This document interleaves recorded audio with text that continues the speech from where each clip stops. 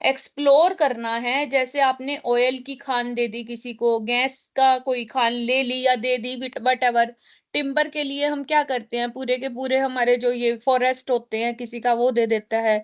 Metals के लिए और अदर मिनरल्स के लिए जब हम किसी नेचुरल रिसोर्सेज को एक्सप्लोर करते हैं, वहां पर जो लीज एग्रीमेंट होता है, वहां अकाउंटिंग स्टैंडर्ड 19 नहीं लगता है। क्लियर हो गई ये बात? Yes ma'am. Licence agreement for items such as motion picture films, video recording, play, manuscript, patent, copyright, जो चीज आपने खुद बनाई, आपने मूवी बनाई तो आपका लाइसेंस हो गया ना उसका।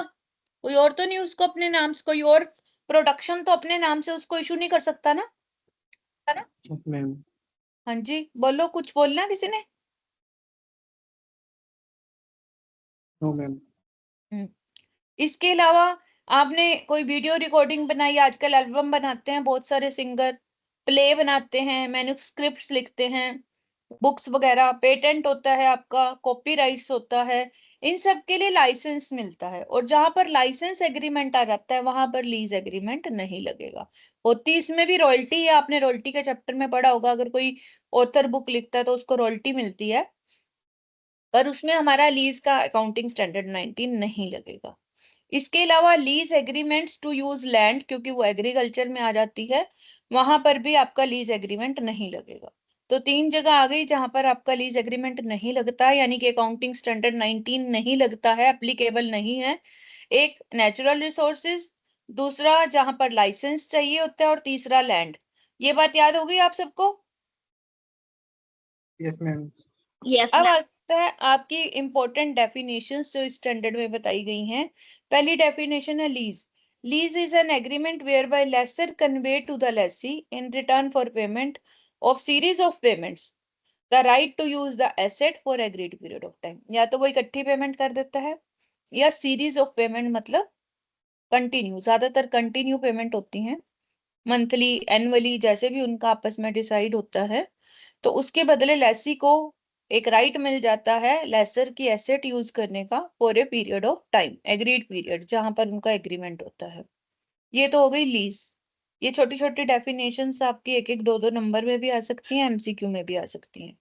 लीज टर्म होती है non cancellable period for which the lessee has agreed to taken lease the asset together with further period for which the lessee has option to continue with or without further payment, which option at inception of lease is reasonably certain that lessee will exercise।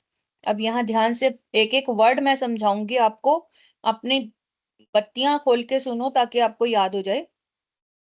सबसे पहला, lease term वो होती है जो non cancellable period है, वहां पर Lesi backout नहीं कर सकता। 5 साल का एग्रीमेंट है तो उसको 5 साल की लीज देनी ही पड़ेगी, चाहे वो उस प्रॉपर्टी को यूज करे या ना करे, इसमें लेसर का कोई प्रॉब्लम नहीं है।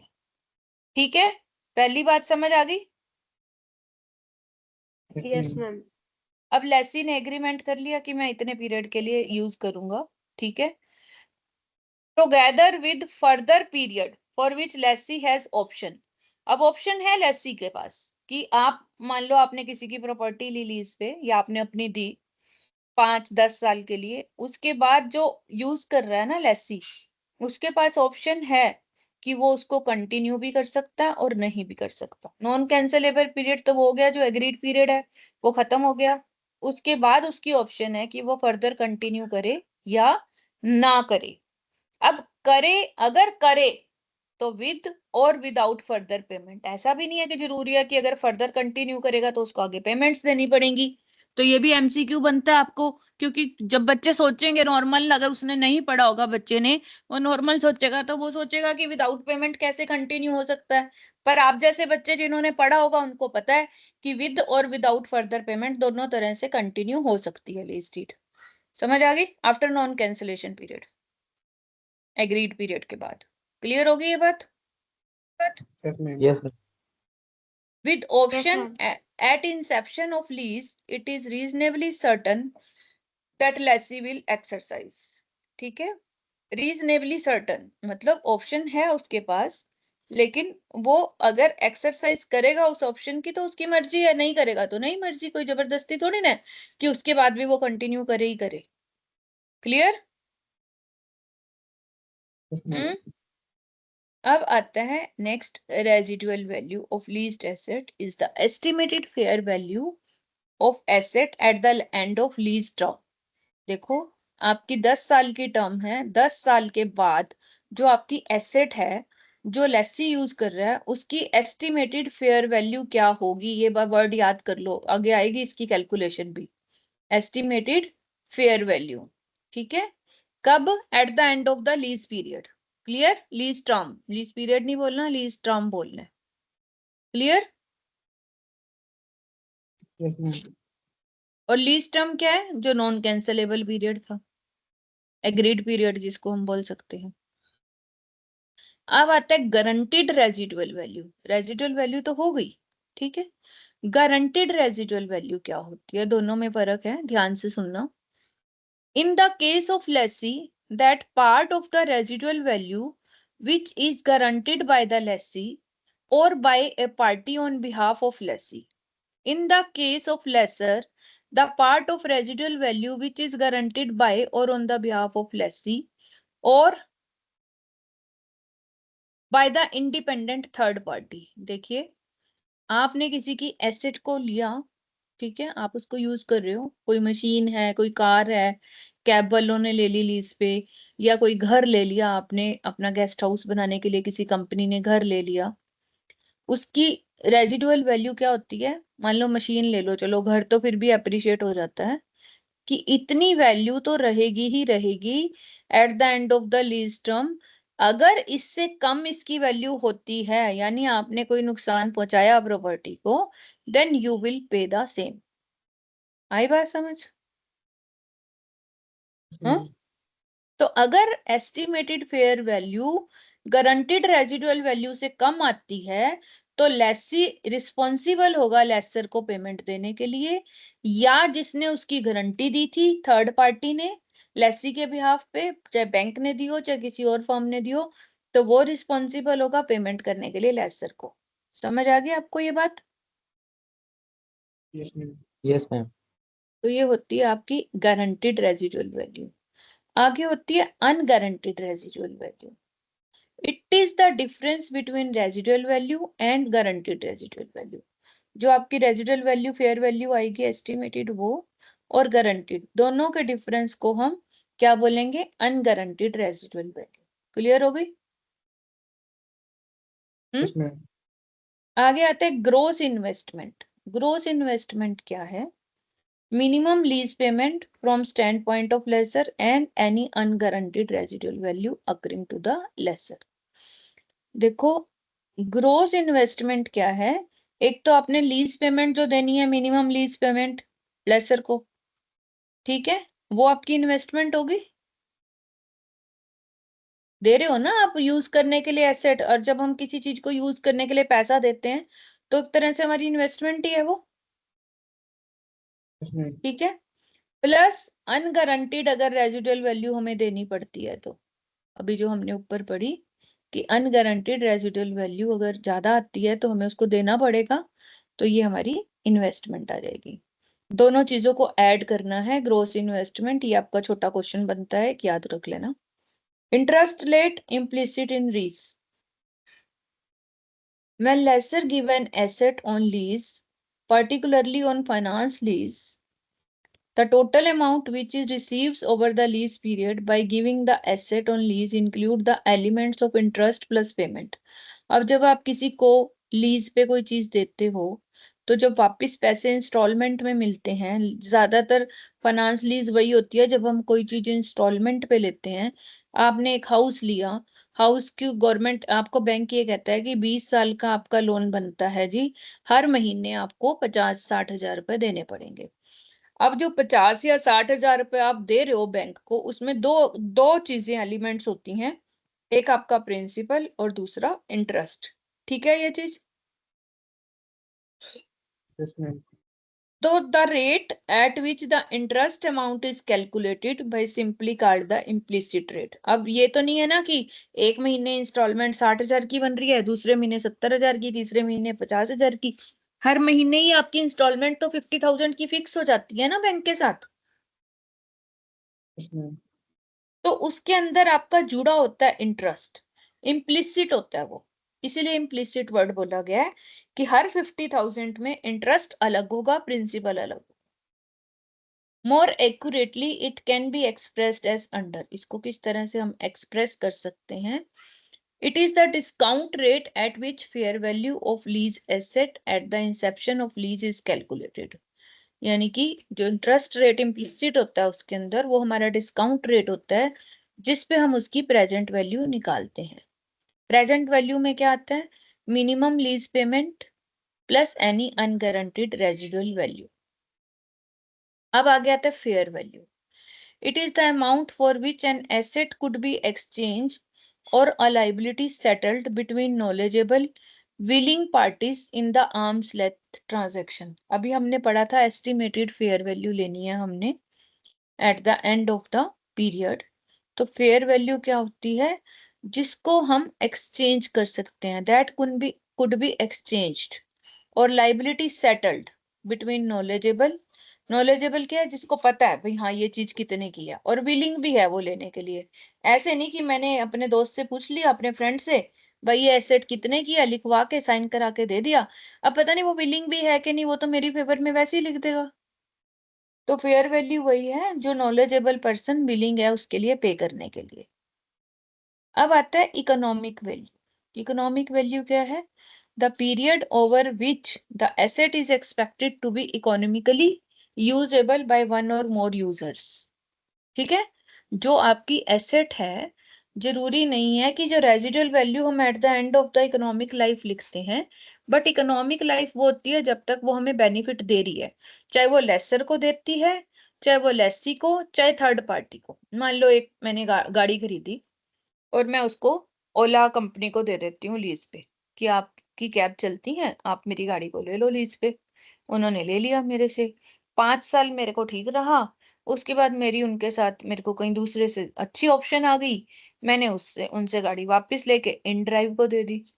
तो देखो मेरी गाड़ी की इकोनॉमिक लाइफ कोई 5 साल नहीं है कि मैंने ओला को 5 साल दी तो उसकी इकोनॉमिक लाइफ 5 साल है। इकोनॉमिक लाइफ वो है जब तक वो बेनिफिट देती रहेगी, जब तक वो ठीक चलती रहेगी, कैब का काम करती रहेगी। समझ आई ये बात? Yes, हाँ, ma'am. तो जब तक कोई आपकी मशीन प्रोडक्शन करती रहती है या आपको आउटपुट देती रहती है, वो उसकी इकोनॉमिक लाइफ होती है। अब है useful life. For a leased asset is either the period over which leased asset is expected to use by lessee or the number of production. देखो यूजफुल लाइफ और इकोनॉमिक लाइफ में फर्क आ गया। अब यहाँ यूजफुल लाइफ मैं लूंगी ओला के साथ, कि मैंने उसको कहा कि 5 साल आप ले लो, तो मेरी यूजफुल लाइफ क्या हो गई, 5 साल उसके लिए लीज लीज एग्रीमेंट में। या फिर हम ये कहते हैं कि नंबर ऑफ कितने किलोमीटर हमारी गाड़ी चलेगी, वो हमारी लीज लाइफ यूजफुल लाइफ हो सकती है। कि मैं ओला को ये कहती हूँ कि अब हो सकता है कि वो 5 साल में मतलब 1 लाख किलोमीटर 2 लाख किलोमीटर चलाएं, हो सकता है वो 5 साल में उसी गाड़ी को 5 लाख किलोमीटर चला दे। तो फिर यूजफुल लाइफ तो मेरी 5 साल का मतलब रहा नहीं ना। समझ आई? Yes, ma'am. मान लो मैंने 2 गाड़ियां दे रखी हैं Yes, अलग ma'am. अलग शहर में ओला को, कोई 2 लाख चला रहा है 5 साल में, कोई 5 लाख चला रहा है 5 साल में, तो 5 लाख वाले ने उसको ज्यादा यूज किया ना।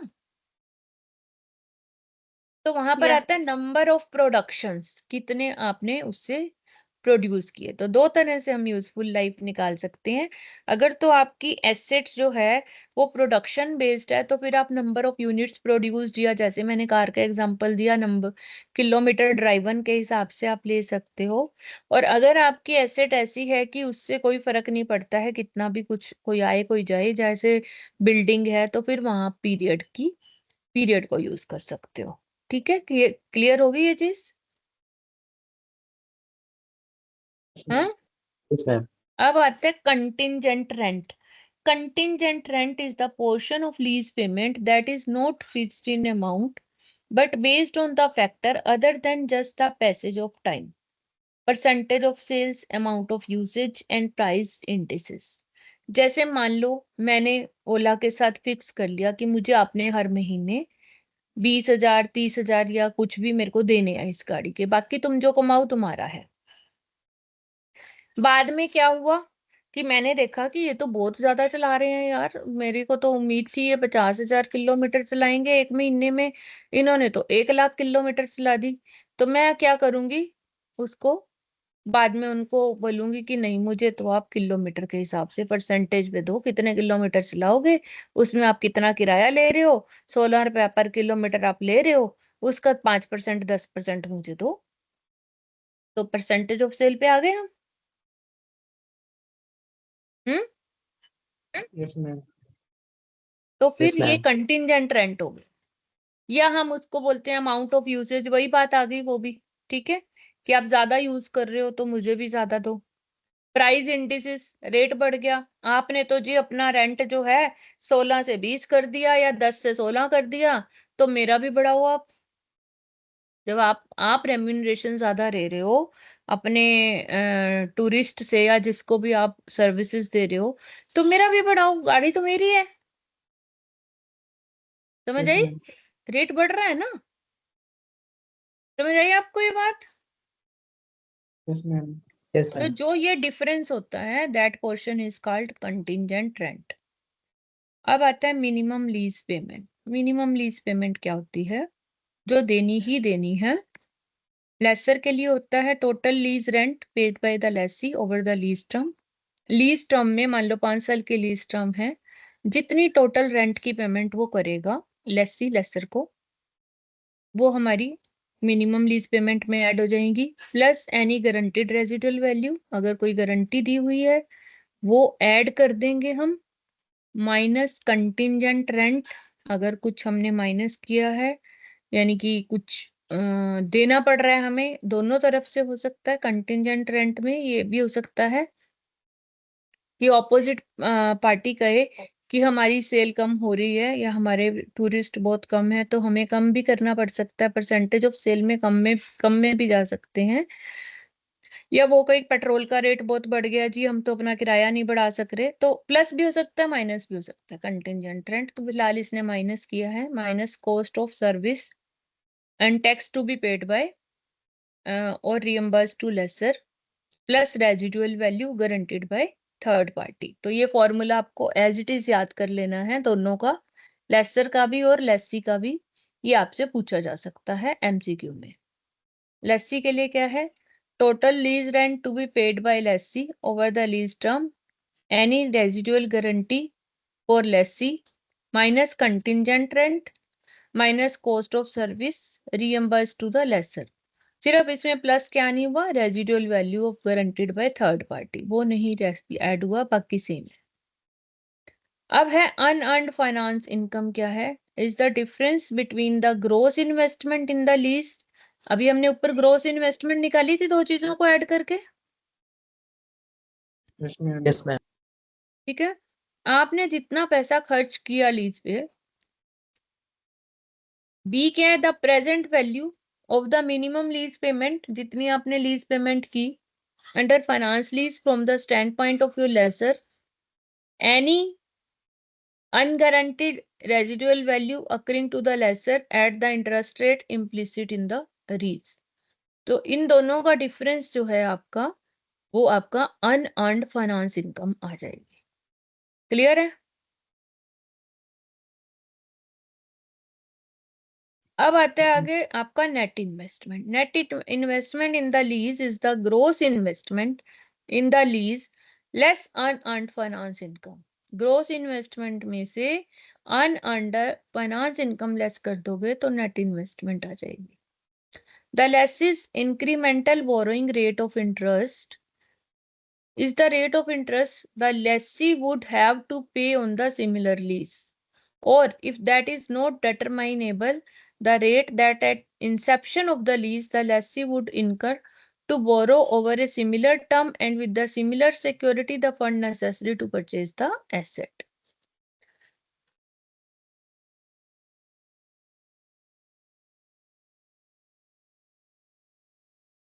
अब आता है क्लासिफिकेशन ऑफ लीज। जो मेन आपका आने वाला क्वेश्चन है वो ये है कि classification of lease is based on the extent to which risk and reward incident to ownership of the leased asset lie with the lessor or Lesi.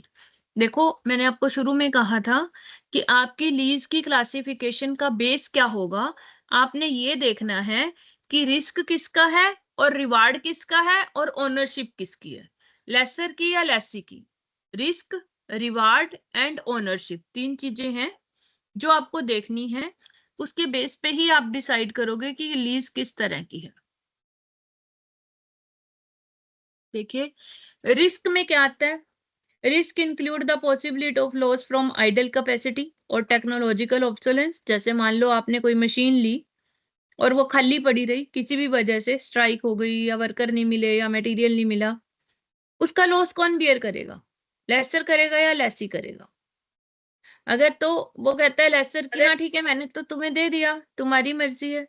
और अगर वो कहता है कि नहीं जी ये तो खाली पड़ी रही इतने टाइम का, मैं रेंट कैसे दूं। अभी जैसे कोरोना में ऐसा बहुत हुआ था कि काफी इंडस्ट्रीज या काफी शोरूम्स, जो इतने बड़े बड़े मॉल में शोरूम्स लगे हुए हैं, उनका मंथली रेंट कितना जाता है, सारे बंद हो गए थे और उनका कोई अर्निंग नहीं थी। तो फिर उन्होंने गवर्नमेंट से ये मांगा था कि हमारे रेंट को माफ किया जाए, आपस में ओनर्स से भी उन्होंने कहा था। और कई लोगों के लोन पे कुछ इंटरेस्ट भी माफ किया था गवर्नमेंट ने, जिन्होंने हाउसिंग लोन लिए हुए या और लोन लिए हुए थे सरकार से, मतलब बैंकों से। तो वो ये कहते हैं कि आइडल कैपेसिटी में कौन लॉस बियर करेगा। कल को टेक्नोलॉजी पुरानी हो गई तो लॉस कौन बियर करेगा। समझ आ गई। या वेरिएशंस आ गई in return due to changing economic conditions, हमारी चेंज हो गई तो कौन लॉस बियर करेगा। ये तो हो गया रिस्क फैक्टर। दूसरा आता है रिवार्ड। रिवार्ड में भी रिप्रेजेंटेड बाय एक्सेप्शन। अगर प्रॉफिट बहुत ज्यादा आ गया तो क्या अपना हिस्सा देगा लेसी लेसर को। जैसे अभी मैंने बोला कि गाड़ी बहुत ज्यादा चल रही है, तो क्या वो ज्यादा देगा लीज उसको। क्या इकोनॉमिक लाइफ ऑफ एसेट के बाद भी वो उसको देगा कुछ। गेन फ्रॉम एप्रिसिएशन अगर कुछ होता है या रियलाइजेशन फ्रॉम रेजिडुअल वैल्यू होती है, उसका हिस्सा किसके पास जाएगा। These are the rewards. तो 2 चीजें होगी। रिस्क कौन कौन से होते हैं आपके, आइडल कैपेसिटी, टेक्नोलॉजी ऑब्सोलेंस और variation in return due to changing in economic condition. Reward क्या क्या है आपके पास, exception of profitable operations over economic life of asset and gain from appreciation in the value of realization of residual value। ठीक है, clear है, कोई doubt इसमें। हाँ जी बेटा, चलें आगे। Yes, ma'am. Yes ma'am. तो देखिए आगे वो कहता है, अब इन रिस्क और रिवार्ड के फैक्टर को देखते हुए लीज को 2 तरह के से बांटा गया, finance lease and operating lease. A lease is classified as finance lease if it transfers substantially all risk and reward to ownership. Title may or may not eventually be transferred. Finance lease, it transfers substantially all the risk and reward. और operating lease क्या है, is classified operating lease if does not transfer substantially all the risk and reward to the ownership. अगर आप सारा का सारा risk और सारा का सारा रिवार्ड लेसी को दे रहे हो कि रिस्क भी तेरा रिवार्ड भी तेरा, तो इसका मतलब तो ओनर ही वही हो गया, वो तो सिर्फ आपको किस्तें दे रहे हैं। तो वो फाइनेंस कर रहे हो आप उसको लीज पे थोड़ा ना कर रहे हो, एक तरह से फाइनेंस कर रहे हैं हम उसको। ठीक है, क्लियर हो गई। हाँ जी बच्चे। Yes, ma'am. Yes, ma'am. आपको मैंने ओला को कहा भाई तू ही मालिक है इस कार का, ओनरशिप भी तेरी है, रिस्क भी तेरा है। कल को गाड़ी खराब होती है, पुरानी होती है, ज्यादा तेरी इनकम हो रही है, कम हो रही है, मुझे कोई फर्क नहीं पड़ता। मुझे तो इतनी इंस्टॉलमेंट देता रहा पर मंथ। इसका मतलब मैं उसको ओनरशिप ही दे रही हूँ कार की। मैं तो सिर्फ उसको फाइनेंस कर रही हूँ, भाई मैंने खरीद के तेरे को दे दी, तो मुझे इसके पैसे वो लौटाता रहा विद इंटरेस्ट। तो मैंने एक तरह से उसको पैसा उधार दिया। गाड़ी तो जब है ही उसकी, तो फाइनेंस लीज होगी ना। ठीक है। Yes, ma'am.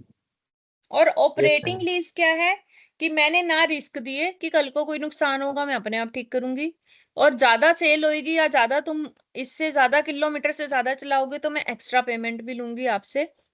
तो इसका मतलब मैं सिर्फ उसको ऑपरेट करने के लिए दे रही हूँ, ओनर तो मैं ही हूँ। तो वो ऑपरेटिंग लीज हो गई। समझ आ गई आपको ये बात? ठीक है। It is important to note that lease classification is made at inception of lease. जब आप लीज शुरू करते हो ना, जब लीज डीड बनाने लगते हो, स्टार्टिंग करते हो, उसी टाइम क्लैरिटी हो जानी चाहिए, नहीं तो झगड़ा हो जाता है कि कौन सी लीज कर रहे हो आप, फाइनेंस लीज कर रहे हो या ऑपरेटिंग लीज कर रहे हो। If at any time the lessee or lessor agree to change the provisions of the lease other than by renewing the lease in a manner that would be have resulted in different classification of lease, revised agreement is considered a new agreement over its revised term. अगर आप renew कर रहे हो, मान लो आपने 5 साल के लिए दिया था और सेम टर्म्स पे आप उसको अगले 5 साल के लिए और दे रहे हो, चाहे किराया थोड़ा बढ़ा भी रहे हो, तो उसको रिन्यू बोलते हैं। उसको हम क्लासिफिकेशन की चेंज नहीं बोलते। लेकिन अगर आपने रिन्यू की जगह एग्रीमेंट रिवाइज कर दिया, यानी कि फाइनेंस लीज थी उसको ऑपरेटिंग में चेंज कर दिया या ऑपरेटिंग को फाइनेंस में चेंज कर दिया, तो फिर इसका मतलब पुरानी लीज एग्रीमेंट आपकी खत्म हो जाएगी और नई रिवाइज्ड लीज एग्रीमेंट बनेगी, नई टर्म पे बनेगी। However changes in estimate, for example आपकी इकोनॉमिक लाइफ दोबारा से बनेगी, रेजिडुअल वैल्यू दोबारा से बनेगी, सारी चीज दोबारा से बनेगी, सर्कमस्टांसेस। ठीक है। Do not rise to a new classification of the lease for accounting purpose. मतलब आप अगर चेंज कर रहे हो, क्लासिफिकेशन चेंज कर रहे हो उसकी, तो फिर सारा कुछ दोबारा से होगा।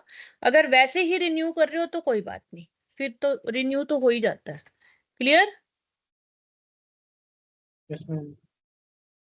अब है finance lease. Finance lease is the lease. आज मैं खुद सारा पढ़ रही हूँ क्योंकि मुझे कल तक आपका सिलेबस खत्म करना है। That's why I am not asking you people to read. If you are feeling bore or not, bore तो नहीं हो रहे आप लोग? No, ma'am. नींद तो नहीं आ रही किसी को? आज मैं अवेयर नहीं कर रही आप लोगों को, उठा नहीं रही नींद में से। क्योंकि by tomorrow we have to complete the syllabus. That's why I am reading all the literature on my own. तो फाइनेंस लीज क्या है? Finance lease is a lease that transfer substantially all risk. अभी हमने पढ़ा finance lease में सारा risk सारा reward हम दे देते हैं, ओनरशिप दे देते हैं, भाई तू ओनर है, मुझे तो पैसे देता रहा। फॉर एग्जाम्पल, मकान दे दिया हमने किसी को, उसके हम इंस्टॉलमेंट ले रहे हैं, तो इसका मतलब आप लैपटॉप लेते हो बजाज फाइनेंस से, फाइनेंस हो जाता है, तो बजाज, उसका मतलब है बजाज ने खरीदा लैपटॉप और आपको दे दिया, अब वो आपसे 6 महीने की या 12 महीने की इंस्टॉलमेंट ले रहा है। और लेकिन वो चीज आपकी है, रिस्क भी आपका है, कल को खराब हो जाए, गुम हो जाए। अब बजाज को ये नहीं कह सकते कि मेरा लैपटॉप खराब हो गया जी, ये तो आप ही का था, मैं क्या करूं, अब वापिस ले लूं। क्योंकि उसने तो सिर्फ, इसका मतलब उसने आपके साथ फाइनेंस लीज की है, यानी कि 1 साल तक आप इसको यूज करो, मेरी इंस्टॉलमेंट पूरी हो जाएंगी, उसके बाद ये चीज भी आपकी, रिस्क भी आपका, रिवार्ड भी आपका, सब कुछ आपका। समझ आ गई आपको ये बात? अब situations which lead to lease being classified as finance lease, इसमें क्या है? आपकी ओनरशिप ट्रांसफर होगी क्योंकि to the lessee by the end of the lease term. देखो, तब तक बजाज आपको ओनरशिप नहीं देगा जब तक आप अपनी पूरी इंस्टॉलमेंट पे नहीं कर देते। जिस दिन आपकी लास्ट इंस्टॉलमेंट जाएगी, आप इसके ओनर बन जाओगे, तो आपको ओनरशिप ट्रांसफर होगी। ठीक है। अब उसके पास ऑप्शन होती है कि वो परचेज करे एसेट को at a price which is expected to be sufficiently lower than the fair value at the date of option become exercisable such as inception of lease. This is reasonably certain that option will be exercised. अब मान लो किसी instalment खत्म होने से पहले, ठीक है, होने के बाद तो आपको ओनरशिप मिल ही जानी है, उससे पहले आपको ये ऑप्शन आपके पास है कि आपके पास पैसा आ गया कहीं से, आप सारा लोन चुका दो। ठीक है, जैसे हम नॉर्मली अकाउंटिंग में करते थे कि डिस्काउंट हो जाएगा, तो इसीलिए वो कह रहा है sufficiently lower than the fair value, यानी जितने पैसे अभी आपने और देने हैं उससे कुछ पैसे कम देके एक टाइम से पहले आप पेमेंट कर देते हो, तो ओनरशिप आपकी होगी, आपने परचेज कर ली वो एसेट। मान लो 5 साल की लीज ली ओला ने, अपनी कार दे दी आपने, 1 साल के बाद उसकी अच्छी इनकम हो रही है, तो वो बाकी के पैसे आपको दे देगा और कार उसकी, आपकी, आपका भी काम खत्म, उसका भी काम खत्म, परचेज कर ली उसने आपसे वो कार। ठीक है, हाँ जी, समझ आ गई आपको ये बात? The lease term is for major part of economic life of the asset even its title is not transferred. वो कहता है कि लीज टर्म जो होती है आपकी वो मेजर पार्ट के लिए होती है, यानी कि जो उसकी इकोनॉमिक लाइफ है उसका ज्यादातर पार्ट लेसी के पास ही वो चीज रहती है। ठीक है, even if title is not transferred, या ओनरशिप ट्रांसफर हो रही है, टाइटल नहीं ट्रांसफर हो रहा। टाइटल अभी उसी के पास रहेगा, टाइटल लास्ट में मिलता है जब आप खरीद लेते हो तो। At the inception of lease, the present value of minimum lease payment amounts at least substantially all fair value of the lease assets। तो आप स्टार्टिंग में उसकी मिनिमम लीज पेमेंट की प्रेजेंट वैल्यू निकालते हो, फेयर वैल्यू निकालते हो। Present value निकालना आगे प्रैक्टिकल क्वेश्चन में आएगा आपके पास, तो आपको बताऊंगी। The lease asset is a specialized nature such that only lessee can use it without major modification being made। तो एक ऐसी स्पेसिफिक एसेट होती है जिसको ज्यादा मेजर चेंजेस किए बिना लेसर उसको यूज करेगा। ठीक है, लाइक मशीन और कार, जो मैं आपको बार बार एग्जांपल दे रही हूँ। Indicators of situation leading to the finance lease, the lessee can cancel the lease. ठीक है, इंडिकेटर्स क्या है? ठीक है, अब लेसी यहाँ पर अपनी कैंसिल कर सकता है लीज। लेसर उसमें क्या करेगा? Losses associate with cancellation are borne by lessee. Gain or loss from the fluctuations in the fair value of residual fall in lessee. अब यहाँ ये ध्यान रखना है, जब रेजिडुअल वैल्यू की फ्लक्चुएशंस होंगी, यानी कि वो वैल्यू बढ़ती है या कम होती है, दोनों केसेस में किसको इफेक्ट पड़ेगा? लेसी को। ठीक है, the lessee can continue the lease for a secondary period. ये भी उसके पास ऑप्शन होती है कि आप उससे वो उसके बाद कंटिन्यू कर भी सकता है और नहीं भी कर सकता। Treatment of finance lease is financial statement of Lesi. अब इसमें मैं आपको एक बार इनवाइट करूंगी बीच में से थोड़ा। गुंजन आप पढ़िए।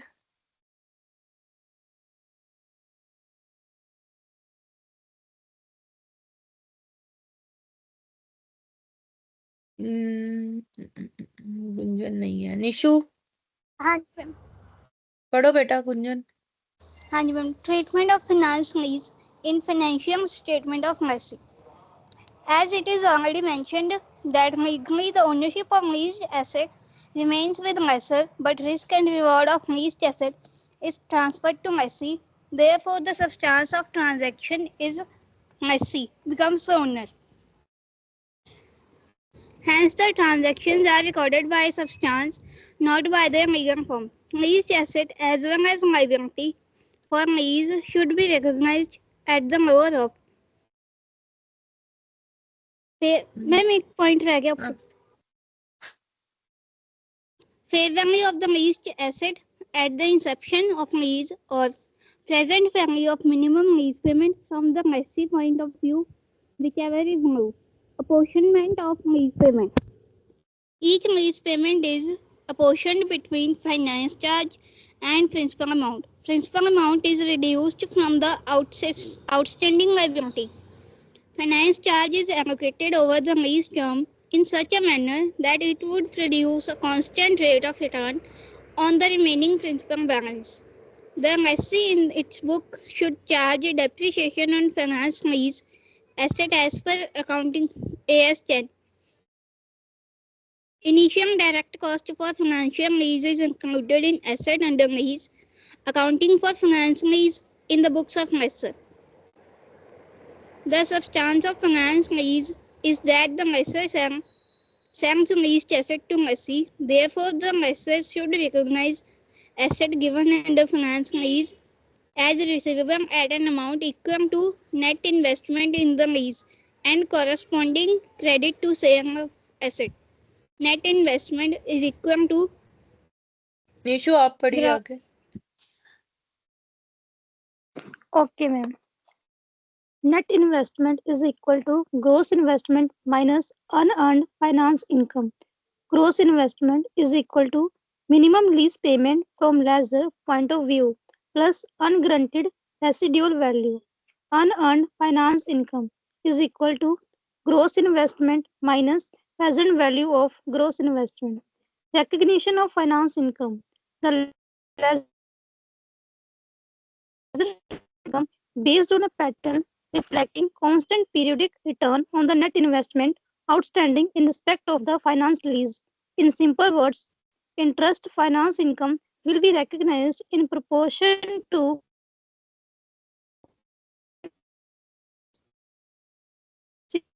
lease or lease period. ठीक है Disclosure of Kunal financial lease by Kunal lessee. Kunal आप पढ़िए disclosure. Disclosure of financial lease by lessee.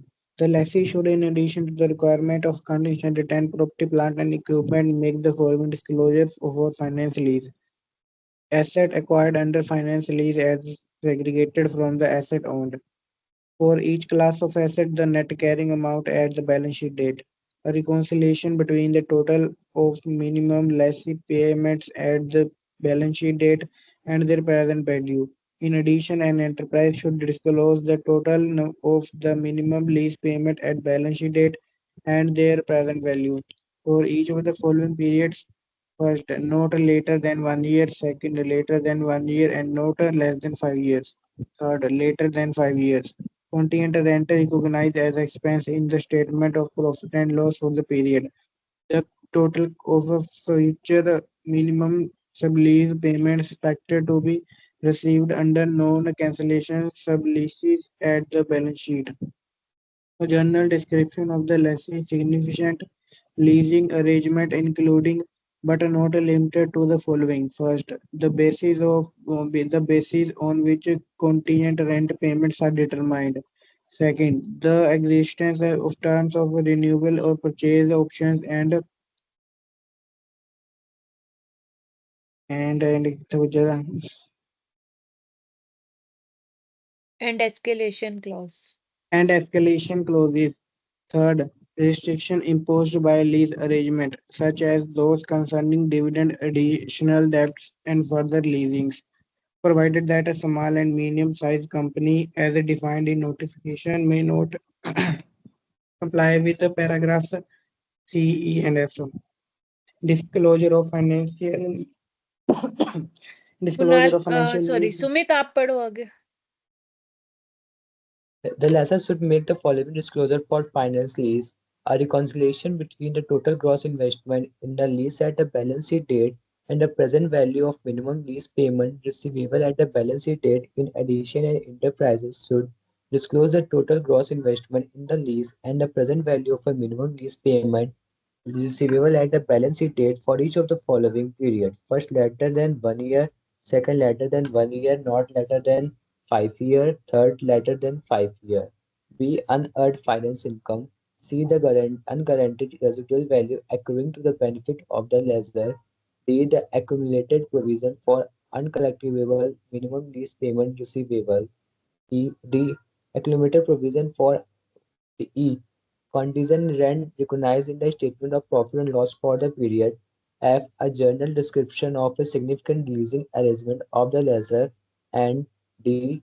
G. Accounting policy adopted in respect of initial direct cost, provided that a small and medium-sized company defined in the notification may not be compiled with subject paragraph A and F. ठीक है Operation. हम इसी को complete करते हैं पहले operating lease से पहले. ठीक है ये तो हमने सिचुएशंस कर ली थी ना हमने.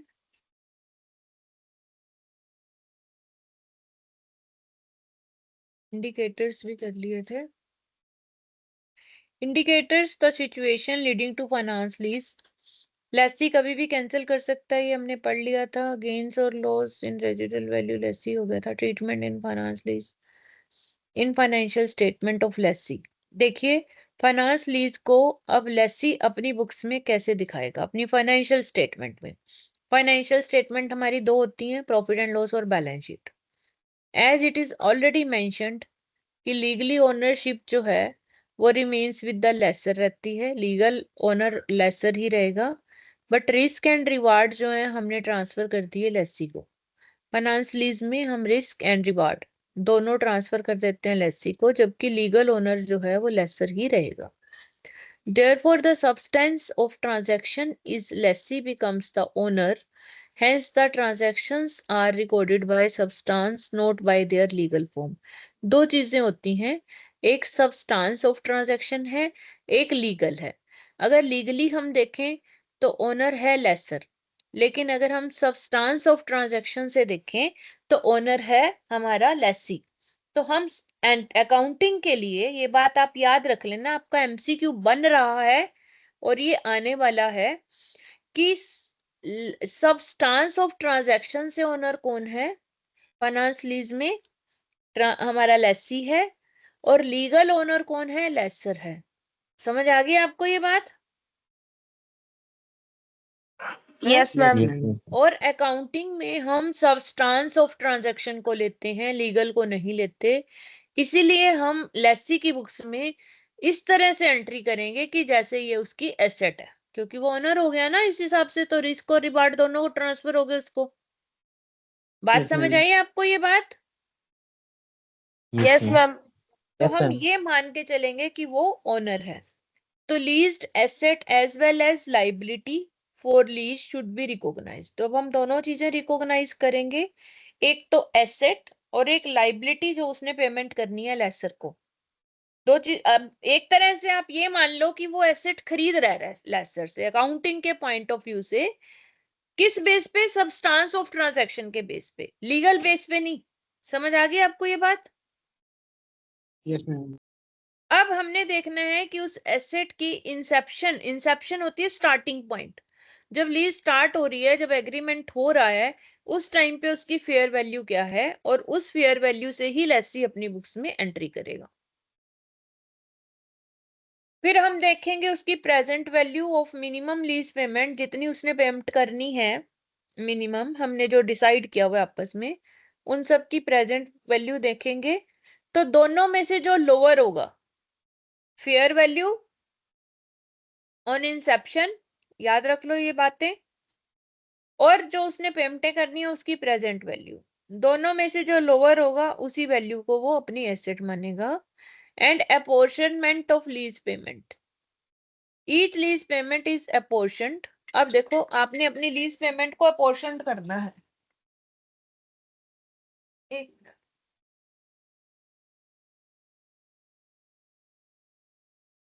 अच्छा, हाँ,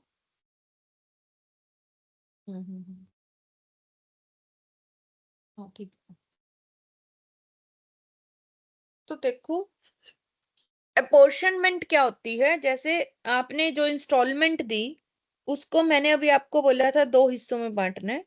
कि मैं जैसे मान लो मैंने लोन लिया हुआ है, मैं हर महीने पेमेंट करती हूँ, तो मुझे एक रिसिप्ट आती है कि आपने मान लो 20,000 रुपए या 25,000 रुपए की पेमेंट करी है, तो उसमें से इतना आपका पोर्शन इंटरेस्ट में चला गया, इतना आपका प्रिंसिपल में चला गया। तो उसी को ही हम अपॉर्शनमेंट बोलते हैं, कि जितनी पेमेंट मैं लेसर को कर रही हूं, उसमें से कितना प्रिंसिपल में जाएगा, कितना इंटरेस्ट में जाएगा। और इंटरेस्ट को हम बोलते हैं फाइनेंस चार्ज। क्या बोलते हैं? Finance charge. हाँ, finance charge. Yes, finance charge मतलब इंटरेस्ट ही होता है। Principal amount is reduced from outstanding liability. मैंने 1,00,000 की चीज खरीदी, 1,00,000 मैंने एसेट में दिखा दिया सब्सटेंस ऑफ ट्रांजैक्शन की वजह से, और इधर से 1,00,000 मैंने लाइबिलिटी में दिखा दिया, क्योंकि जितना मैंने लोन लिया है, यानी कि एक तरह से मैंने लोन लिया बैंक से और मैंने चीज खरीद ली। यहाँ पर मैं उसी पर्सन से ही लोन ले रही हूँ जिससे ही मैं खरीद रही हूँ। तो 1,00,000 मेरी लाइबिलिटी हो गई, 1,00,000 मेरी एसेट हो गई। अब मैंने उससे प्रॉमिस ये किया कि मैं तुझे 12-12 हजार की 10 इंस्टॉलमेंट दूंगी। तो मैंने उसको टोटल 1,20,000 दिए, ठीक है। Yes, ma'am. अब मेरे 20,000 उसमें ब्याज के जा रहे हैं, जिसको मैं फाइनेंस चार्जेस बोलूंगी। लेकिन होता क्या है कि जो पहली इंस्टॉलमेंट मैंने 12,000 की दी, उसमें मेरा प्रिंसिपल कम होगा, इंटरेस्ट ज्यादा होगा, क्योंकि पहले साल 1,00,000 पे मैंने 10% मान लो ब्याज दे दिया। तो 10,000 तो मेरा ब्याज ही बन गया, प्रिंसिपल तो सिर्फ 2,000 रहा। समझ आई आपको ये बात? Yes, ma'am. तो जैसे जैसे हम आगे जाते रहते हैं हमारा इंटरेस्ट कम होता जाता है और प्रिंसिपल बढ़ता जाता है, ये हमारा एक फैक्टर होता है। तो इस हिसाब से आप अगर जब भी अपनी इंस्टॉलमेंट दोगे उसमें फाइनेंस चार्जेस अलग निकालोगे, प्रिंसिपल अलग निकालोगे, उसी को हम अपॉर्शनमेंट बोलते हैं।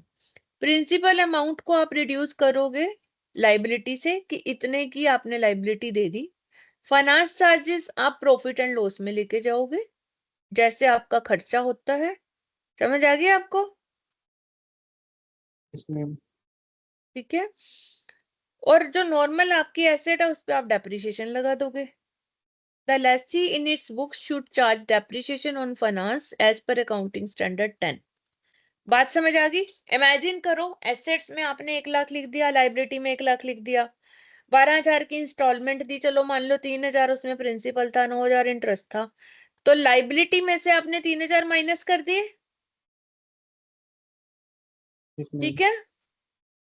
9,000 कहाँ लिखोगे? प्रॉफिट एंड लॉस में, इंटरेस्ट के रूप में। Yes, ma'am. ठीक है। इधर आपकी एसेट 1 लाख की थी, उस पे आप 10% डेप्रिसिएशन लगाते हो, तो 10,000 लेस कर दोगे, 90,000 की एसेट रह जाएगी। वो तो अकाउंटिंग स्टैंडर्ड 10 के हिसाब से आपने डेप्रिसिएशन लगानी है, Yes, क्योंकि ma'am. आप इस तरह से एंट्रीज कर रहे हो कि आप उसके ओनर हो। समझ आ गई आपको ये बात? Yes, ma'am.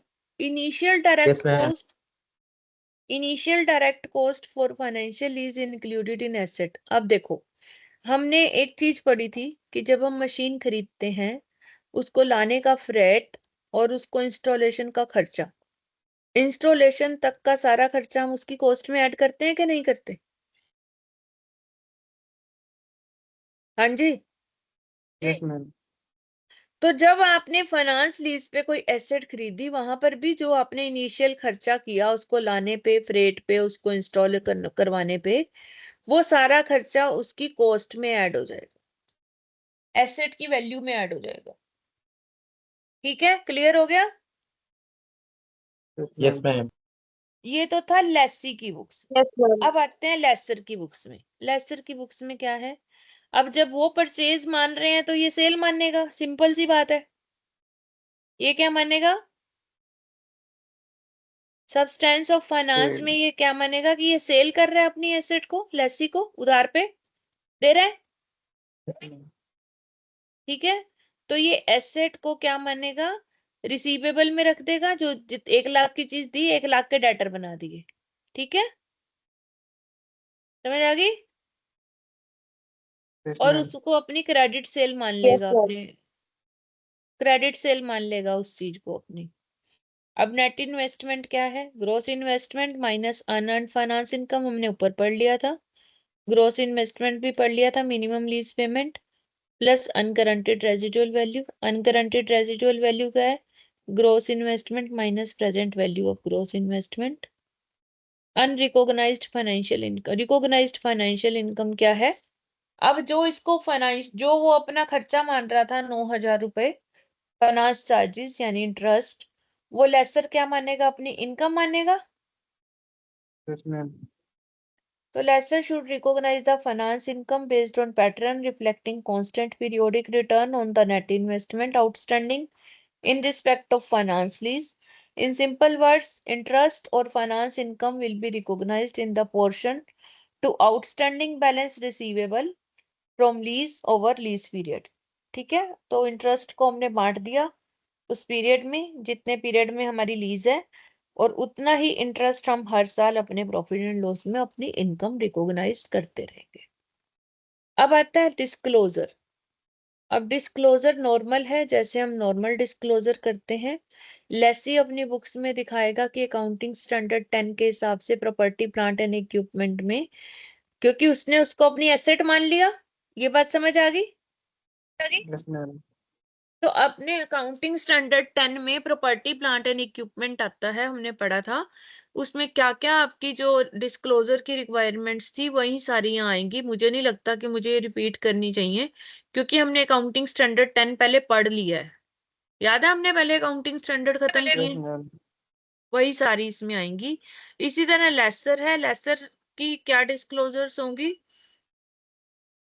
वो रिकॉन्सिलिएशन करेगा अपनी, यहाँ पर थोड़ा ध्यान दो, इसकी डिफरेंट है, क्योंकि वो टोटल ग्रोस इन्वेस्टमेंट में अपनी रिकॉन्सिलिएशन करेगा बैलेंस शीट डेट पे, उसकी प्रेजेंट मिनिमम वैल्यू निकालेगा और रिसीवेबल निकालेगा, फिर उसको दिखाएगा कि कितनी मैंने इनकम रिकॉग्नाइजेशन की और कितना मैंने उसको अपने रिसीवेबल में से लेस किया। ठीक है, क्लियर? Ma'am. फिर इसने आपको जो है, इसने जो दिखाना है बैलेंस शीट में, not later than 1 year, not later than 1 year और 5 year and later than 5 year. Gross investment आपने इस तरह से इन पीरियड्स की दिखानी है। अनअर्न्ड फाइनेंस इनकम आपने दिखानी है, अनगारंटीड रेजिडुअल वैल्यू दिखानी है, एक्यूमुलेटेड प्रोविजंस दिखाने हैं, अनकलेक्टिवेबल मिनिमम लीज पेमेंट, अगर मान लो कोई पेमेंट उसने नहीं की है या अभी रिसीवेबल है आपके, तो उसमें से कितना आप उसका प्रोविजन बना रहे हो, कितना नहीं बना रहे, क्योंकि डेटर्स का हम प्रोविजन बनाते हैं। कंटिंजेंट रेंट दिखाना है, उसने कितना रिकॉग्नाइज किया अपनी बुक्स में, और जनरल डिस्क्रिप्शन दिखानी है लीज एग्रीमेंट की, कि हमने क्या क्या अरेंजमेंट किए हुए हैं। अकाउंटिंग पॉलिसीज क्या है हमारी, जो इनिशियल डायरेक्ट कॉस्ट की थी वो, ये सब हमने अपने डिस्क्लोजर्स में दिखाना है। नेक्स्ट आती है हमारी ऑपरेटिंग लीज। जो फाइनेंस लीज नहीं है वो ऑपरेटिंग लीज है, यानी जिसमें हमने उसको ना तो रिस्क दिया ना ओनरशिप दी, सब कुछ हमारे पास है। तो अब in the books of lessor जो है, उसने एसेट का कोई उसको नहीं दिया है, राइट? तो फिर एसेट तो उसकी अपनी एसेट गिनी जाएगी। अब किसकी एसेट मानी जाएगी वो? लेसर की। ठीक है, Yes, ma'am. तो अब डेप्रिसिएशन भी लेसर ही चार्ज करेगा, क्योंकि जो ओनर है वही चार्ज करेगा ना डेप्रिसिएशन। Yes, ma'am. ठीक है, और अपनी जो उसको इंटरेस्ट इनकम आ रही है, वो अपने प्रॉफिट एंड लॉस में इनकम दिखाएगा, और डेप्रिसिएशन को स्ट्रेट लाइन मेथड से अपना खर्चा दिखाएगा। क्लियर? Yes, ma'am. और other cost of operating lease should be recognised, कोई और भी खर्चा आता है तो वो भी उसमें से लेस कर देगा इनकम में से। इनिशियल इनडायरेक्ट कॉस्ट में भी एक्सपेंडेड इमीडिएटली और डेफर्ड। अब जो इनिशियल खर्चा आ रहा है उसका, मान लो उसने एग्रीमेंट करने पे कुछ खर्च किया, तो उसको साथ के साथ आप उसको प्रॉफिट एंड लॉस से चार्ज भी कर सकते हो, या फिर डेफर कर दो, थोड़ा थोड़ा करके 2-4 सालों में खत्म कर दो। अब लेसी क्या है? लीज पेमेंट जो है अब उसके लिए खर्चा है। अब क्योंकि वो ओनर तो बन नहीं रहा, जब आप ओनर नहीं बन रहे किसी चीज के, तो जो पैसा दे रहे हो वो एक तरह से रेंट है, नॉर्मल रेंट की तरह ही हो गया फिर तो वो। Yes, ma'am. तो आप प्रॉफिट एंड लॉस में उसको दिखाते चले जाओगे, हर साल अपना खर्चा दिखा दोगे। ठीक है, समझ आ गई? Yes, ma'am. अब जो चीज लेसर दिखा रहा था ऊपर डिस्क्लोजर में, वो लेसी दिखाएगा, और जो लेसी दिखा रहा था वो लेसर दिखाएगा, क्योंकि जो एसेट है, जो ओनर है, वो ओनर की तरह दिखाएगा, जो खर्च जिसके लिए खर्चा है वो खर्चे की तरह दिखाएगा। ठीक है, Yes, ma'am. आगे है sale and leaseback transactions. A sale and leaseback transactions involve the sale of asset by vendor and leasing of the same asset back to vendor. अब यहाँ पर ये ध्यान रखना, ये छोटे छोटे क्वेश्चन है जो आपसे 2-2, 3-3 नंबर में पूछे जाएंगे, कि सेल एंड लीजबैक ट्रांजैक्शन क्या होती है। सेल एंड लीजबैक का मतलब होता है कि sale of an asset by vendor, मैं ए ने बी को अपनी कोई चीज सेल कर दी, कि ए को पैसे चाहिए थे, उसको एसेट भी चाहिए, उसने अपनी चीज बी को दे दी, और बी ने वापस उसको लीज पे दे दिया ए को, भाई यूज कर ले तू, कोई बात नहीं, मैं तेरे को इसके पैसे दे देता हूँ, पर ओनर मैं हो गया और मेरे को इसका रेंट देता रहे। तो फॉर एग्जाम्पल, कि आप किसी घर में, मतलब मान लो मैं ही हूं या कोई भी ए पर्सन अपने घर में रह रहा है और उसको पैसे चाहिए, वो अपना घर बेच देता है, लेकिन लैंडलॉर्ड को ये कहता है कि अभी मेरे पास कुछ और नहीं है, मैं यहीं रहता रहूंगा और मैं आपको इसका रेंट देना शुरू कर दूंगा। तो इसका मतलब क्या हो गया? सेल एंड लीज बैक हो गया ना, मैंने सेल भी कर दी चीज और वापस रेंट पे ले ली वही चीज। समझ आई? Yes, ma'am. Yes, अब ma'am. अकाउंटिंग ऑफ सेल, इसकी अकाउंटिंग कैसे करोगे? एक बारी तो सेल की ट्रांजैक्शन दिखाओगे फाइनेंस लीज की तरह, Yes, ठीक ma'am. है, और दोबारा फिर ऑपरेटिंग लीज की तरह रेंट वाली एंट्रीज करोगे। पहली डीड क्या होगी? जब सेल कर रहे हो आप, ए बी को सेल कर रहा है, तो वो फाइनेंस लीज होगी एक तरह से, है ना? Yes, ma'am. और फिर जब उसको रेंट पे ले रहा है उसी से ही, तो वो ऑपरेटिंग लीज होगी। तो यहाँ तक आपकी थ्योरी खत्म होती है। अब हम क्वेश्चन पे आते हैं। फर्स्ट एग्जांपल पढ़ते जाओ, मैं सॉल्यूशन पढ़ती जाऊंगी वन बाय वन। जिसकी टर्म नहीं आई है तो रमन आप पढ़ो फर्स्ट एग्जांपल। मैं 2-3 बच्चों के नाम ले रही हूँ, वो टर्न बाय टर्न 3-4 क्वेश्चंस पढ़ेंगे। पहला question Raman, then Ajay, then Manisha, ठीक है, 4 हो गए ना। 5वां हिमांशी, 6th राजकुमार, 7th संजीव। सब 7 क्वेश्चन हम करेंगे, वन बाय वन पढ़ते रहो। हाँ जी, पहला पढ़िए आप। Arun Limited has taken an equipment on operating lease for the coming 5 years. As per the agreement with the lessor, it will not make any payment for lease rentals for the first 2 years and will have to pay 21 lakh in each of the following 3 years. Advise Arun Limited on accounting for the lease rental in this case. देखो वो कहते हैं अरुण ने एक equipment लिया 5 साल के लिए, ठीक है। एग्रीमेंट ये हुआ कि पहले 2 साल में कुछ नहीं दूंगा, क्योंकि स्टार्टिंग में इनकम नहीं होती है, तो कहते पहले 2 साल में कोई रेंट नहीं दूंगा, बट उसके बाद 3 सालों में मैं 21-21 लाख करके 3 बारी दूंगा। तो यहाँ पर वो कहता है कि अकाउंटिंग स्टैंडर्ड 19 हमारा कहता है कि lease payment under operating lease, क्योंकि उसने बोल दिया क्वेश्चन में कि ऑपरेटिंग लीज है, उसको कोई ओनरशिप ट्रांसफर नहीं हो रही, should be recognised and expenses. और भी हमने पढ़ा था कि लेसी जो है ऑपरेटिंग लीज में अपना सारा खर्चा जो है अपने प्रॉफिट एंड लॉस में खर्चे की तरह बुक करता है, क्योंकि वो ओनर नहीं बन रहा है, on straight line basis over the lease term, unless another systematic basis is more representative. तो यहाँ पर उसने 63 लाख देने हैं, चाहे वो दे तीसरे साल से रहा है, पर हमने पहले साल से ही उसका प्रॉफिट एंड लॉस में इसको 5 से डिवाइड करेंगे, 12,60,000। तो हर साल वो 12,60,000 अपने प्रॉफिट एंड लॉस से चार्ज करेगा, उसको चाहे आउटस्टैंडिंग में दिखा देगा, फिर वो पेमेंट करना शुरू करेगा 21 लाख की, तो फिर वो शुरू हो जाएंगी पेमेंटें। लेकिन अगर वो पेमेंट नहीं कर रहा है, वो आउटस्टैंडिंग में दिखा देगा, लेकिन 12,60,000 हर साल अपने खर्चा प्रॉफिट एंड लॉस में दिखाना है। ये बात क्लियर हो गई? Yes, हाँ ma'am. जी बच्चे, हो गई क्लियर सबको? किसी को कोई डाउट है इसमें? Yes, ma'am. चलो नेक्स्ट पढ़ो फिर। सीक्वेंस बता दी थी मैंने, अब किसकी टर्न है, पढ़िए। Vishnu Limited leased a printing machine from Garur Limited for a period of 3 years. The useful life of the printing machine is known to be of 5 years. It was agreed between the lessor and lessee that the amount will be paid in 3 installments, and the termination of the lessee, Garur Limited, will take back the said machine. The following details are available in respect of the machine lessee. Please. हाँ, Cost of the printing machine is 15 lakh. Unguaranteed residual value at the end of the lease period is 2 lakh. Fair value of the machine is 15 lakh. The internal rate of return of the investment is 10%. You are required to state whether the lease is a finance lease or an operating lease. Ascertain the amount of the unearned finance income. Given PVF 10%, 3 is equal to 0.7513. PVAF 10%, 3 is equal to 2.4868. ठीक है। देखिए वो कहता है विष्णु ने printing machine ली दूर से 3 साल के लिए, यूजफुल लाइफ है 5 साल, लेकिन 3 साल के लिए ली।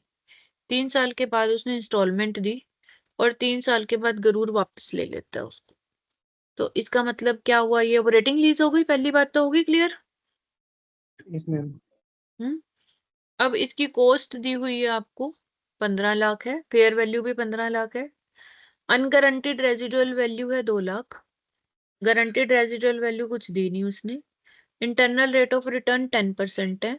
अगर 10% की हम प्रेजेंट वैल्यू 3 साल की लें तो 7513 आती है, और उसकी उसकी एनुअल वैल्यू लें, एन्युटी वैल्यू, तो ये 2.48 आती है। तो सबसे पहले प्रेजेंट वैल्यू हम लेंगे इसकी 2 लाख है अनगारंटेड की, और अगर उसकी आज की वैल्यू लें, 2 लाख तो हमें 3 साल के बाद मिलेंगे ना उसके, तो अगर हम आज की वैल्यू लेते हैं तो उसकी वैल्यू आती है 1,50,260। प्रेजेंट वैल्यू क्या है आपकी, 15 लाख में से 1,50,000 हम लेस कर देंगे, क्योंकि ये तो वापस मिल ही जाने हैं हमें, 13 लाख आ गई। Present value of lease payment कितनी आएगी, 90% हमें वापस मिल जाएगी। ठीक है, क्लियर हो गई ये। Yes, ma'am. अब as the present value of lease payment make a substantial portion of fair value of the machine lease by Vishnu Garur, hence it is a finance lease. देखो वैसे तो वो कहता है वापस ले ली उसने, तो वो ऑपरेटिंग लीज नजर आ रही थी, लेकिन अब यहाँ पर ये क्लॉज लग गया कि उसकी प्रेजेंट वैल्यू 90% पोर्शन वो यूज कर रहा है, जो वापस देगा उसको, तो उसकी वैल्यू 13 लाख रह जाएगी ना, नहीं सॉरी 1,50,000 उसकी रेजिडुअल वैल्यू है, 15 लाख की वो चीज थी, तो 13,49,000 तो किसने यूज किए, विष्णु लिमिटेड ने यूज किए ना। Yes, ma'am. तो वो कहते हैं 90% पोर्शन तो विष्णु ने यूज कर लिया, तो इसलिए ये फाइनेंस लीज है, तो एक तरह से मालिक तो वही हुआ 90% जो यूज कर रहा है, Yes, ma'am. तो इस बेस पे ये कह रहा है कि ये फाइनेंस लीज है।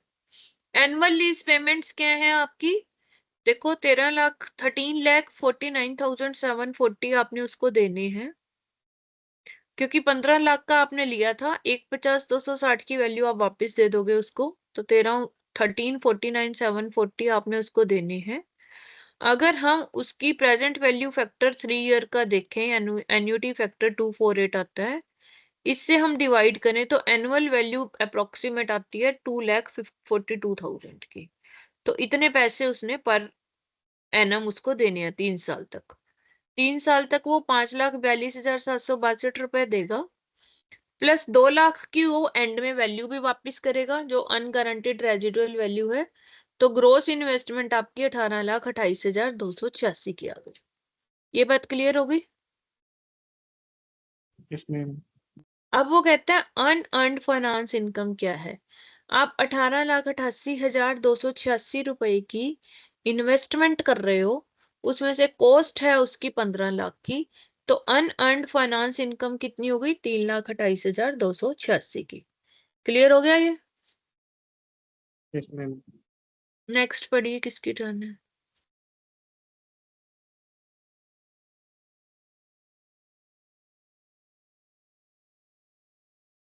किसकी टर्न है भाई, भूल गए।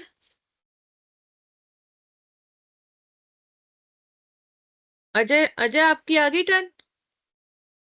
Yes, ma'am. Manisha, Himanshi, yes ma'am. आपका हो गया बच्चे, नो मैम। तो पढ़िए फिर। PQ Limited sold machinery having a WDV of 80 lakhs to BR Limited for 100 lakhs, and the same machinery was leased back by BR Limited to QR Limited. The lease back is operating lease commentive. Sale price of 100 lakh is equal to fair value. Fair value is 120 lakhs. Life fair value is 90 lakhs and sale price is 76 lakh, and fair value is 80 lakhs and sale price is 100 lakh. Fair value चलो is ठीक है, 92 lakhs. बस छोड़ दो, 1 bye 1 मैं समझाती हूँ।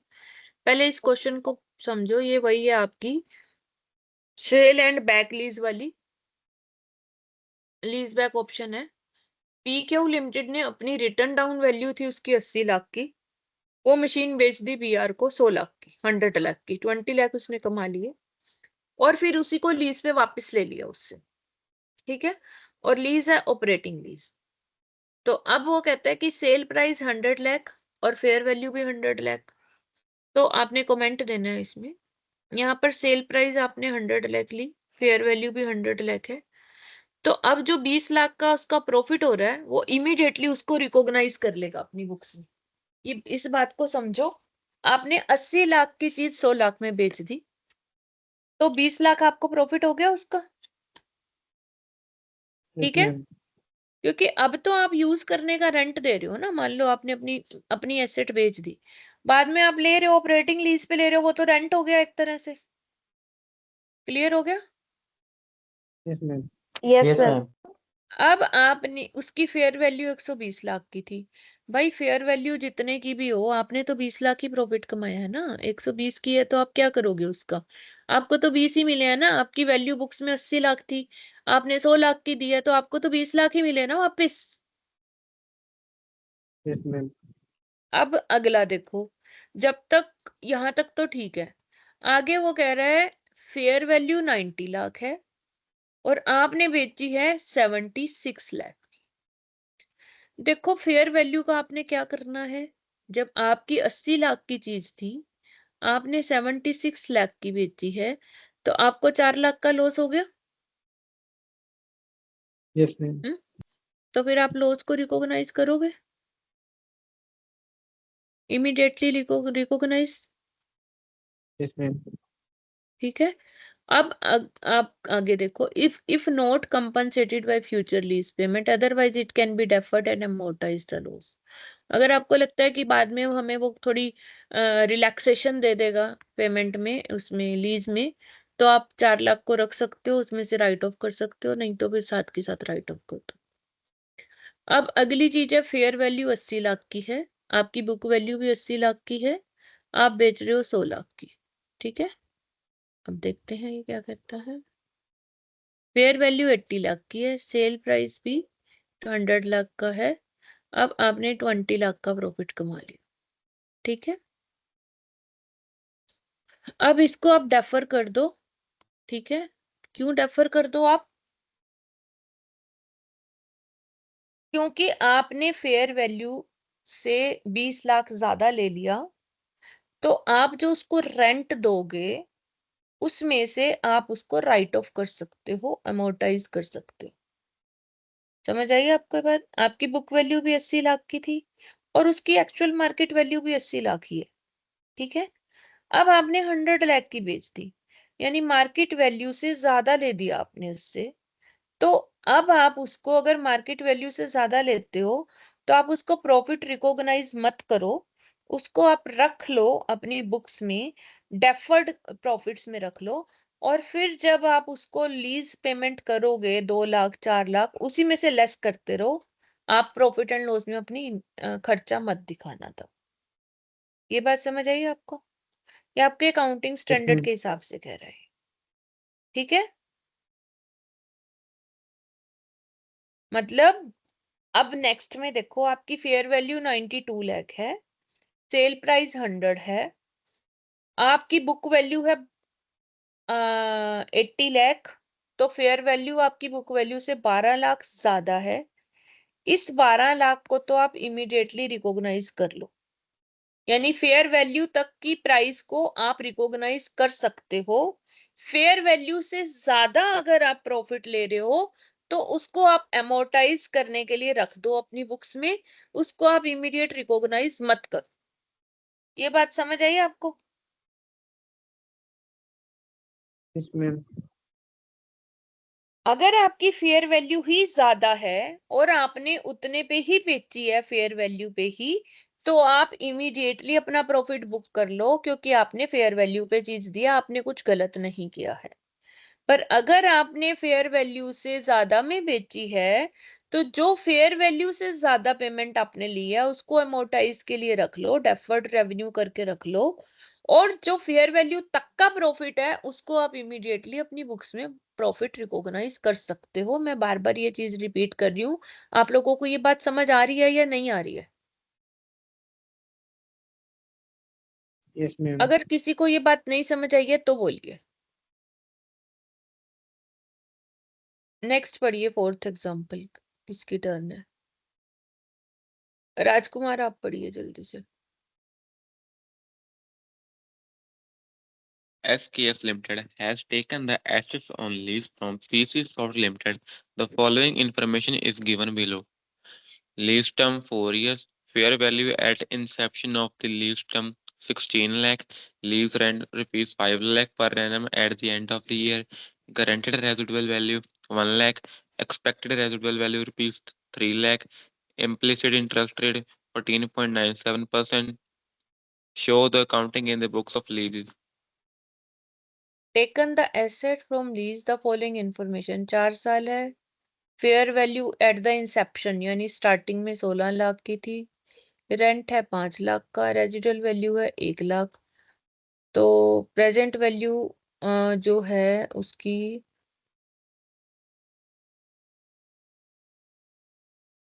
तो ये तो ओनर ही हो गया, एक तरह से फाइनेंस लीज हो गई ना। 90% से ज्यादा तो यही ले रहा है।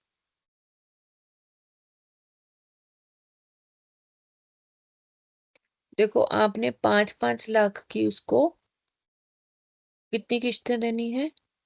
4 साल है, 4 साल की लीज है, ठीक है। और 1 साल की आपकी गारंटेड रेजिडुअल वैल्यू है। गारंटेड का मतलब आपको एंड में 1 लाख देने ही देने हैं उसको।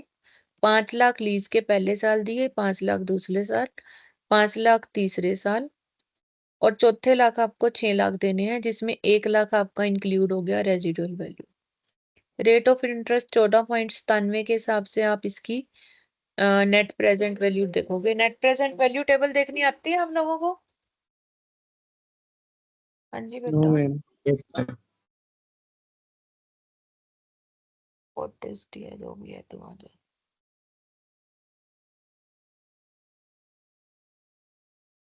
क्लास में हुआ था जल्दी से। बेटा प्रेजेंट वैल्यू टेबल देखनी आती है आप लोगों को? No, ma'am. No, ma'am. कोई बात नहीं, मैं अभी Yes. दिखाती हूँ। जिसको नहीं आती है वो देख लेगा, जिसको आती है तो बड़ी अच्छी बात है।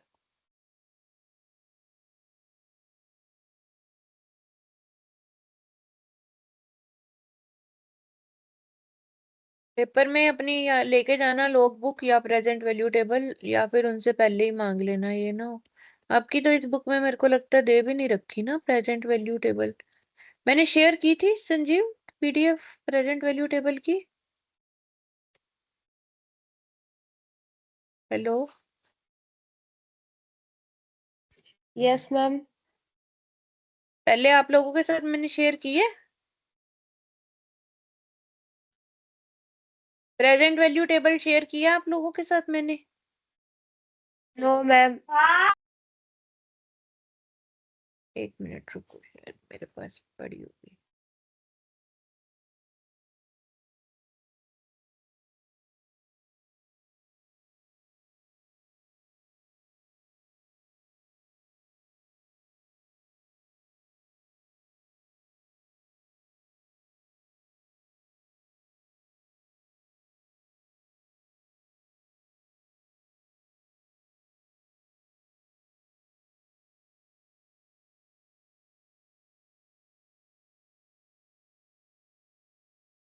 Sanjeev are you there? Yes, ma'am. Yes. मैंने शायद प्रेजेंट वैल्यू टेबल शेयर की थी क्या? शेयर वैसे डिस्कस करी थी बट इस ग्रुप में शेयर नहीं हुई थी सर। मैं डिस्कशन देखती हूँ। हुआ था। हाँ मैं 1 मिनट चेक करती हूँ, अगर मेरे पास होगी तो। होल्ड करिए बच्चे, कहीं ना कहीं होगी जरूर मेरे पास।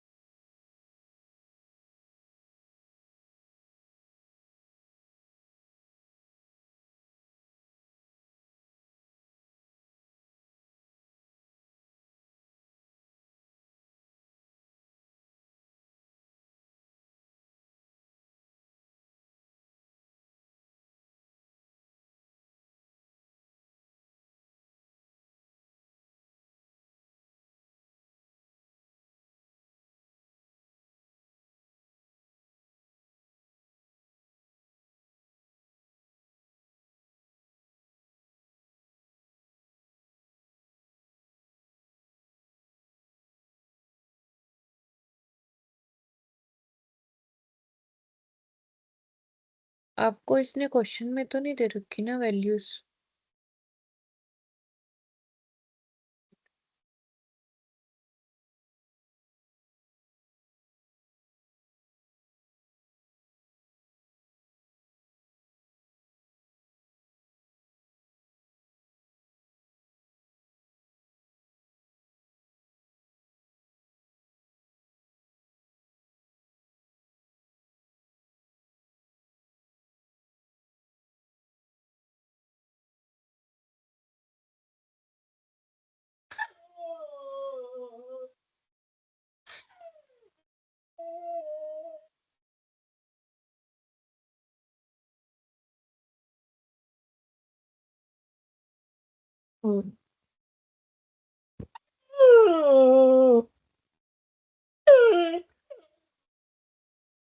रियो अभी आप बाहर जाओ, मैं क्लास ले रही हूँ, बाद में देखती हूँ।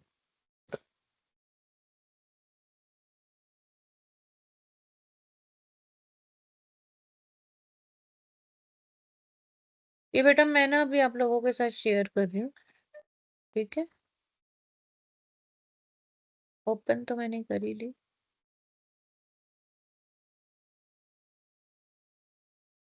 बस होने वाली हूँ, थोड़ा एक सेकंड।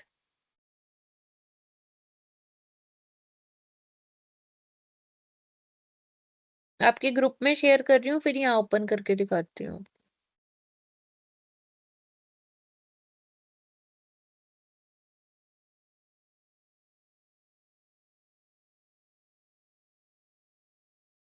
आप लोग इसका प्रिंट आउट ले लेना या फिर रख लेना अपने पास, जैसे भी आपको ठीक लगे।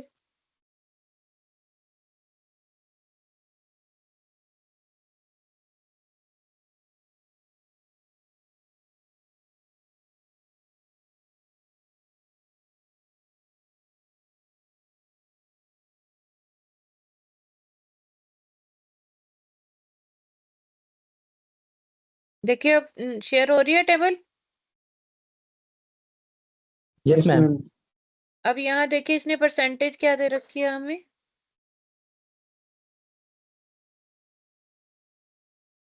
14.97।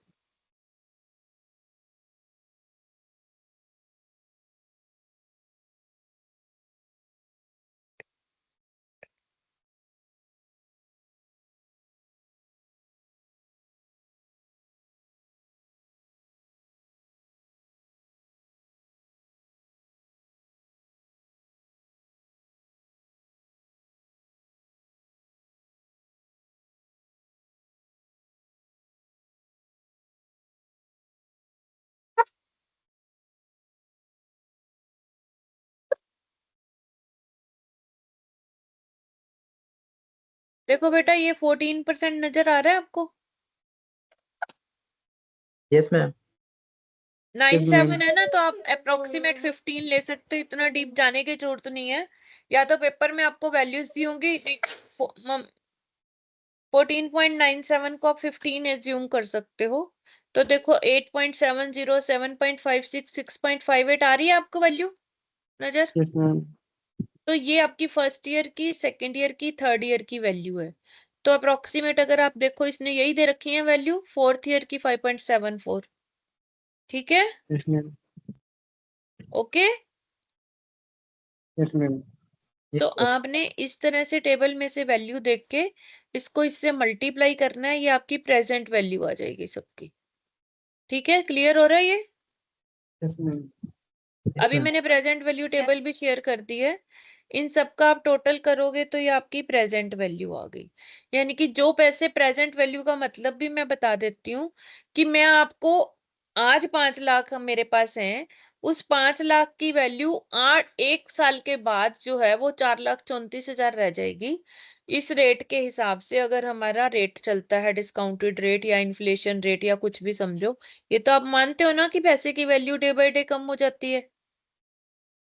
Yes, ma'am. ठीक है, तो देखने को आप उसको 5, 5, 10, 5, 15, 20, 21 लाख दे रहे हो, लेकिन आज के रेट पे देखें तो उसकी वैल्यू 14,85,590 आती है। तो इस तरह से आपने प्रेजेंट वैल्यू निकालनी होती है। ठीक है, क्लियर हो गया? Yes, ma'am. तो Yes, जब ma'am. भी हम पेमेंट देते हैं हम प्रेजेंट वैल्यू निकालते हैं। अब उस प्रेजेंट वैल्यू में हमने अपोर्शनमेंट करनी है कि उस जो हम उसको हर महीने हर साल 5 लाख दे रहे हैं उसमें ब्याज कितना है और प्रिंसिपल कितना है। तो पहले मैंने प्रेजेंट वैल्यू निकाल ली 14 लाख। सबसे पहले आपको प्रेजेंट वैल्यू निकालनी है 14,85,590। इसके ऊपर अगर मैं 14.97% के हिसाब से इंटरेस्ट लगाती हूँ, आप निकाल भी सकते हो, 14,85,590 के ऊपर 14.97% इंटरेस्ट लगेगा तो फाइनेंस चार्जेस ये बन जाएंगे। अब मैं उसको 5 लाख दे रही हूँ, उसमें से इतना मेरा ब्याज आ रहा है तो प्रिंसिपल 2,77,607 हो गया। निकाल लोगे या निकाल के दिखाऊं ये भी? निकाल लेंगे मैम। ठीक है। अब 14,85,000 में से मैंने 2,77,000 माइनस करना है क्योंकि मेरा प्रिंसिपल इतना ही माइनस हो रहा है तो मेरी लाइबिलिटी ये बन गई। अब इसके ऊपर फिर मैं 14.97% ब्याज निकाल लूंगी दूसरे साल का, तो 1,80,835 बनेगा। क्योंकि मैंने आपको पहले भी कहा था ब्याज कम होता जाएगा तो प्रिंसिपल बढ़ता जाएगा। अब 5 लाख में से 1,80,885 मेरा इंटरेस्ट चला गया तो बाकी मेरा प्रिंसिपल रह गया। ये बात क्लियर हो गई? Yes ma'am. अब 12,07,983 में से फिर 3,19,000 लेस कर दूंगी तो मेरा बचेगा 8 लाख। 8,88,818 पे 14.97% ब्याज बनेगा 1,33,000। ये मेरा माइनस हो जाएगा तो बाकी मेरा प्रिंसिपल में से 5 लाख में से ये माइनस होगा तो ये प्रिंसिपल बच गया। अब 8,88,818 में से 3,66 माइनस करूंगी तो ये मेरा प्रिंसिपल बच गया। इसके ऊपर फिर 14.97% का ब्याज और बाकी मेरा प्रिंसिपल। तो ये चीज लास्ट वाला और ये दोनों सेम आएंगी आपकी। समझ आ गई ये बात? Yes ma'am. तो अब हम जो उसको हर साल दे रहे हैं ये फाइनेंस चार्जेस है, इंटरेस्ट है, ये प्रिंसिपल है। ये क्लियर हो गया आपको? Yes ma'am. अब हम lease rent Yes, account ma'am. बनाते हैं। देखो, फर्स्ट ईयर आपने लीज रेंट दिया 5 लाख का, उसमें इतने फाइनेंस चार्जेस थे, बाकी आपकी लाइबिलिटी खत्म हो गई। Yes ma'am. यही यही कहा था ना हमने कि जो फाइनेंस चार्जेस हैं वो प्रॉफिट एंड लॉस में जाएंगे, बाकी हमारी लाइबिलिटी खत्म हो जाएगी। ठीक है। Yes ma'am.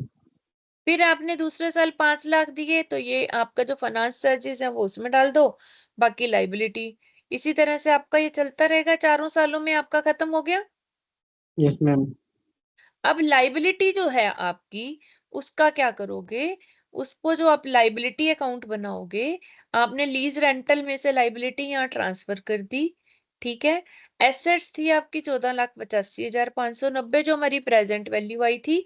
हम क्या कर रहे थे, इसमें से ये माइनस कर रहे थे तो अगले साल का प्रिंसिपल आ रहा था, उसके ऊपर ब्याज निकाल रहे थे, यस मैम। लाइबिलिटी। तो ये लाइबिलिटी आ गई, फिर ये माइनस किया, ये आ गई, ये तो वही चीज आपके अकाउंट में खत्म हो जाएगी। Yes ma'am. ठीक है। इस तरह से आप ये लेजर बनाओगे। अब प्रॉफिट एंड लॉस में जो आपके फाइनेंस चार्जेस हैं वो आप हमेशा प्रॉफिट एंड लॉस में डेबिट करते चले जाओगे, सॉरी क्रेडिट करोगे, और डेप्रिसिएशन जो है उसका वो उधर में लगाते चले जाओगे। Finance charges, depreciation, finance charges, depreciation आपका सेम निकलेगा क्योंकि उसने स्ट्रेट लाइन मेथड का है।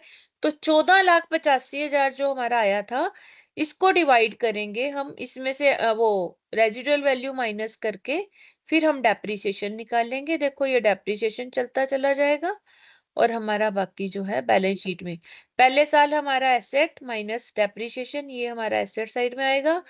लाइबिलिटी में हमारा 12 लाख क्योंकि 14 लाख में से हमने कुछ दे दिया था। फिर अगले साल फिर एसेट वही रहेगी, डेप्रिसिएशन इसका डबल हो जाएगा, इधर ये कम हो जाएगी लाइबिलिटी दूसरे साल। ये समझ आ रही है बैलेंस शीट आपको? Yes ma'am. तो इस तरह से आप ये कर लोगे। अगला क्वेश्चन सेम ही है।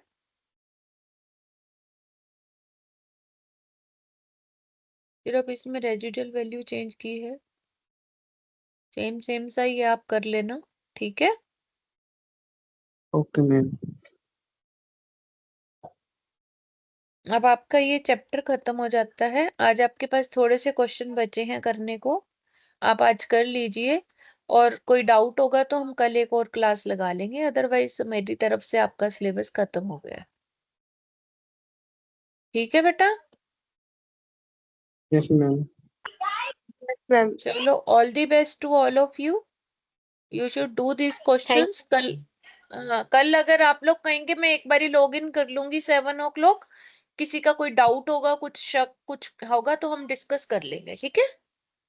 Okay, ma'am. ओके Okay, बेटा, ma'am. Bye. Okay bye, all the best.